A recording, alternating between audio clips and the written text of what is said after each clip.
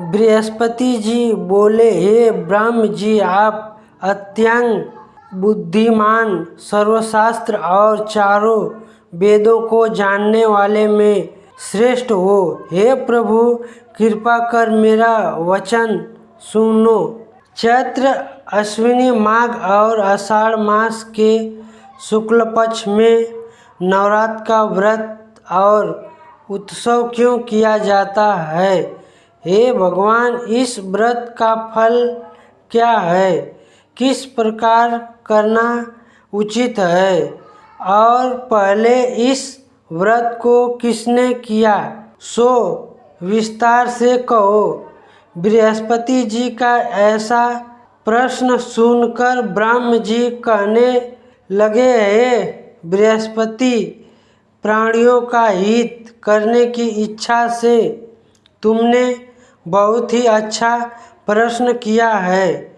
जो मनुष्य मनोरथ पूर्ण करने वाली दुर्गा महादेवी, सूर्य और नारायण को ध्यान करते हैं, वे मनुष्य धन्य हैं। यह नवरात्र व्रत संपूर्ण कामनाओं को पूर्ण करने वाला है। इसके करने से पुत्र चाहने वाले को पुत्र, धन चाहने वाले को धन, विद्या चाहने वाले को विद्या और सुख चाहने वाले को सुख मिल सकता है। इस व्रत को करने से रोगी मनुष्य का रोग दूर हो जाता है और कारागार में बड़ा हुआ मनुष्य बंधन से छूट जाता है। मनुष्य की तमाम विपत्तियां दूर हो जाती है और उसके घर में बांध्या और काक बांध्या के इस व्रत के करने से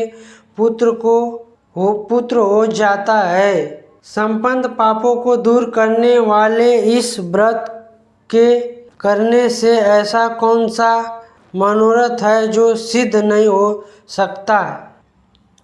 यदि इस व्रत करने वाले मनुष्य सारे दिन का उपवास न कर सके तो एक समय भोजन करके और उस दिन बांधवों सहित नवरात्र व्रत की कथा श्रवण करे। हे बृहस्पति, जिसे पहले इस महाव्रत को किया है उसका पवित्र इतिहास मैं तुम्हें सुनाता हूँ, तुम सावधान होकर सुनो। इस प्रकार ब्रह्म जी के वचन सुनकर बृहस्पति जी ओम बोले, हे ब्राह्मणाय, मनुष्यों को कल्याण करने वाले इस व्रत के इतिहास को मेरे लिए कहा। मैं सावधान होकर सुन ओम रहा हूँ। आपकी शरण आए हुए मुझे पर कृपा करो। ब्रह्म जी बोले, पीठत नाम के मनोहर नगर में एक अनाथ नाम का ब्राह्मण रहता है। वह भगवती दुर्गा का भक्त था। इसके संपूर्ण सद्गुणों से युक्त मानो ब्रह्म की सबसे पहली रचना हो। ऐसे अर्थात नाम वाली सुमिति नाम की एक अत्यंत सुंदर कन्या पैदा हुई।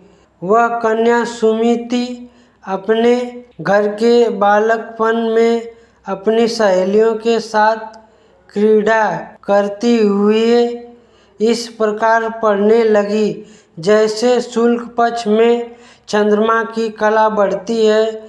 उसका पिता प्रतिदिन दुर्गा की पूजा और होम किया करता था। उस समय वह भी नियम से वहाँ उपस्थित होती थी।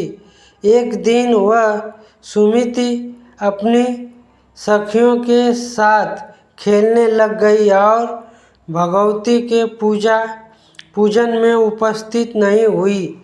उसके पिता को पुत्री की ऐसी असावधानी देखकर क्रोध आया और पुत्री से कहने लगा कि ये धृष्ट पुत्री, आज प्रभात से तुमने भगवती का पूजा नहीं किया, इस कारण मैं किसी कुष्ठी और जय माता दी दरिद्र मनुष्य के साथ तेरा विवाह करूँगा। इस प्रकार कुपित पिता के वचन सुनकर सुमिति को बड़ा दुख हुआ और पिता से कहने लगी कि हे पिताजी, मैं आपकी कन्या हूँ, मैं आपके सब तरह से अधीन हूँ। जैसी आपकी इच्छा हो मेरा विवाह कर सकते हो। होगा वहीं जो मेरे भाग्य में लिखा है। मेरा तो इस पर पूर्ण विश्वास है। मनुष्य न जाने कितने मनोरथों को चिंतित करता है, पर होता वही है जो भाग्य में विधाता ने लिखा है। जो जैसा करता है उसको फल भी उस कर्म के अनुसार ही मिलता है, क्योंकि कर्म करना मनुष्य के अधीन है पर फल देने के अधीन है। जैसे अग्नि में पड़े हुए तृण दी उसको अधिक प्रदीप्त कर देते हैं, उसी तरह अपनी कन्या के ऐसे निर्भयता से कहे हुए वचन सुनकर उस ब्राह्मण को अधिक क्रोध आया।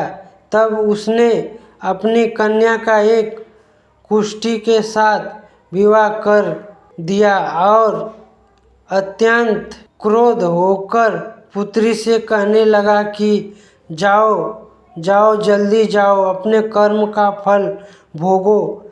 देखें केवल भाग्य भरोसे पर रखकर क्या करती है। स प्रकार से कहे हुए पिता के कटु वचनों को सुनकर सुमिति अपने मन में विचार करने लगी कि अहो, मेरा बड़ा दुर्भाग्य है जिससे मुझे ऐसा पति मिला। इस तरह अपने दुख का विचार करती हुई वह सुमिति अपने पति के साथ वन चली गई और भयानक वन में कुशायुक्त उस स्थान पर उन्होंने वह रात बड़े कष्ट से व्यतीत की। उस गरीब बालिका की ऐसी दशा देखकर भगवती पूर्व पुण्य के प्रभाव से प्रकट होकर सुमिति से कहने लगी कि हे ब्राह्मणी, मैं तुम पर प्रसन्न हूँ। तुम जो चाहो वरदान मांग सकती हो। मैं प्रसन्न होने पर मनोवांछित फल देने वाली हूँ। इस प्रकार भगवती दुर्गा का वचन सुनकर ब्राह्मणी कहने लगी कि आप कौन हैं जो मुझ पर प्रसन्न हुई हो। यह सब मेरे लिए कहाँ और अपनी कृपा दृष्टि से मुझे दासी को कृत्यार्थ कहते। ऐसा ब्राह्मणी का वचन सुनकर देवी कहने लगी कि मैं यदि शक्ति हूँ और मैं ही ब्रह्म विद्या और सरस्वती हूँ। मैं प्रसन्न होने पर प्राणियों को दुख दूर कर उसको सुख प्रदान करती हूँ। हे ब्राह्मणी, मैं तुम पर तेरे पूर्व जन्म के पुण्य के प्रभाव से प्रसन्न हूँ। तुम्हारे पूर्व जन्म का वृतांत सुनती हूँ। सुनो, तू पूर्व जन्म में निषाद भील की स्त्री थी और अति पतिव्रता भी। एक दिन तेरे पति निषाद ने चोरी की। चोरी करने के कारण तुम दोनों को सिपाहियों ने पकड़ लिया और ले जाकर जेल खाने में कैद कर दिया। उन लोगों ने तेरे को और तेरे पति को भोजन भी नहीं दिया। इस प्रकार नवरात्र के दिनों में तुमने न तो कुछ खाया और न जल ही पिया। इसीलिए 9 दिन तक नवरात्र का व्रत हो गया है। ब्राह्मणी, उन दिनों में जो व्रत हुआ उस व्रत के प्रभाव से प्रसन्न होकर तुम्हें मनोच्छवित वस्तु दे रही हूँ। तुम्हारी जो इच्छा हो सो मांग। इस प्रकार दुर्गा के कहे वचन सुनकर ब्राह्मणी बोली कि अगर आप मुझे पर प्रसन्न हैं तो हे दुर्गे आपको प्रणाम करती हूँ। कृपा करके मरे पति के कोट को दूर करो। देवी कहने लगी कि इन दिनों में जो तुमने व्रत किया था उस व्रत के एक दिन का पुण्य अपने पति का कोढ़ दूर होने के लिए अर्पण करो। मेरे प्रभाव से तेरा पति कोढ़ से सहित और सोने के समान शरीर वाला हो जाएगा।